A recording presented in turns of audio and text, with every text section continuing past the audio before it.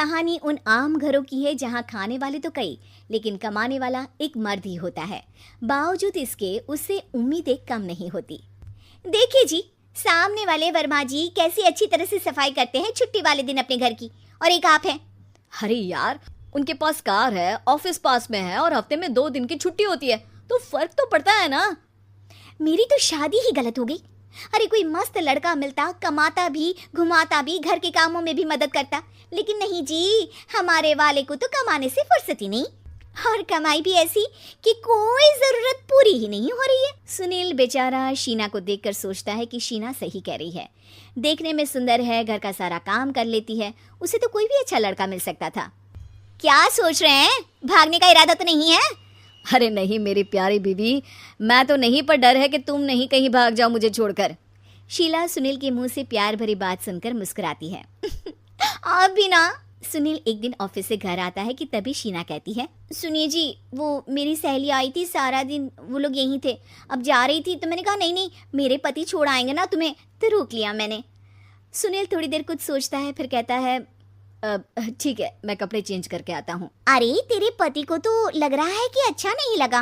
अरे नहीं नहीं, ऐसी कोई बात नहीं है, रुको मैं अभी उन्हें घर के कपड़े देकर आती हूँ। शीना अंदर जाती है जहाँ सुनील पलंग पर लेटा होता है। अरे क्या मजाक है, वो कह रही है कि आपने मुंह बना लिया। सही तो कह रही है, सुबह से अब ऑफिस से लौटा हूँ, एक कप चाय का तो पूछा नहीं, 20 किलोमीटर जाओ और आओ, और फिर कल उसी टाइम पर ऑफिस। अरे यार, मुझे गाड़ी चलानी आती ना तो बोलती भी नहीं आपको, और कौन सा रिक्शा खींच कर जाना है आपको। सुनील अब क्या बोलता।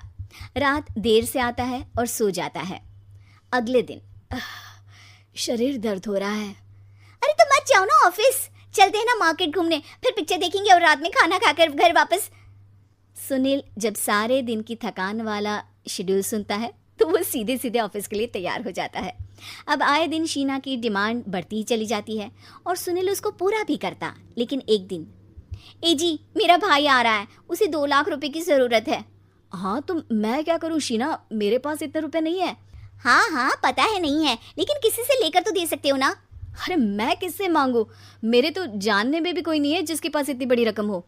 तभी वहाँ शीना का भाई शीनू आ जाता है। जीजा जी कैसे हैं आप? अब मैं ठीक हूँ शीनू, अचानक इतनी बड़ी रकम की जरूरत कैसे पड़ गई? अरे जीजा जी, वो बिजनेस शुरू किया ना, तो उसके लिए पैसे की ज़रूरत है, काफ़ी हो चुका है, थोड़ा पैसा बचता है तो मैंने सोचा आपसे ले लूँ। अब देखो, मेरे ऑफिस में कुछ लोग हैं जिनकी सेविंग अच्छी है, मैं उन लोगों से बात करके देखता हूँ।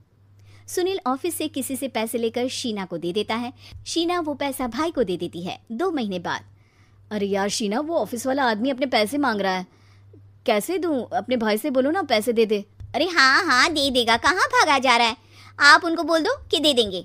थोड़े दिन बाद, शीना वो आदमी मुझसे आज भी पैसे मांग रहा था यार, मैं तंग आ गया हूँ, ऑफिस जाते ही सामने उसका चेहरा दिखता है, क्या बोलूँ, बार बार पैसे मांगता है। अच्छा मैं शीनू को फ़ोन लगाती हूँ, बात करके देखती हूँ। शीना भाई को फ़ोन करती है, लेकिन वो फ़ोन उठाता ही नहीं। लगता है भाई कहीं ऐसी जगह है जहाँ नेटवर्क की समस्या होगी। सुनील अगले दिन दोपहर को ही घर आ जाता है। उसका चेहरा उतरा और परेशान सा होता है, वो रोने लगता है। अरे क्या हुआ जी, आप इतना परेशान क्यों हैं? सब ठीक तो है ना? अरे नहीं शीना, कुछ ठीक नहीं है, मैं ठीक नहीं हूँ। तुम्हारे भाई के लिए मैंने जो पैसे लिए थे, उस आदमी ने आज भरे ऑफिस में सबके सामने मेरी बेइज्जती कर दी। सबके सामने आज मैं कर्जदार बनकर खड़ा था। मैंने हर वो प्रयास किया घर चलाने के लिए जो मैं कर सकता था, लेकिन अब नहीं होगा। वो फिर रोने लगता है। अरे आप तो औरतों की तरह रो रहे हैं, मर्द हैं आप।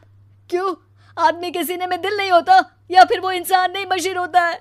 अरे मैं थक चुका हूँ शीना, तुम समझती क्यों नहीं? मैं भी शारीरिक और मानसिक रूप से थकता हूँ, मैं भी आराम करना चाहता हूँ, सुकून चाहता हूँ। मैं अब कुछ नहीं कर सकता। कुछ नहीं। वो बैठ जाता है। शीना पति को हैरान परेशान देखकर चुप हो जाती है। अगले दिन, सुनिए ये लीजिए 2 लाख रुपये, उस आदमी को दे दीजिए और बोल दीजिए कि आज के बाद किसी को पैसे के लिए बेइज्जत ना करे। सुनील पैसे देखकर राहत की सांस लेता है। अरे शीना, तुमने तो मेरा बहुत बड़ा काम कर दिया, अब मैं शान से ऑफिस जा सकता हूँ, लेकिन ये पैसे आए कहाँ से? ये पैसे मैंने अपने गहनों को गिरवी रख कर लिया है। तुम ठीक रहो, निश्चिंत रहो, मैं बस यही चाहती हूँ।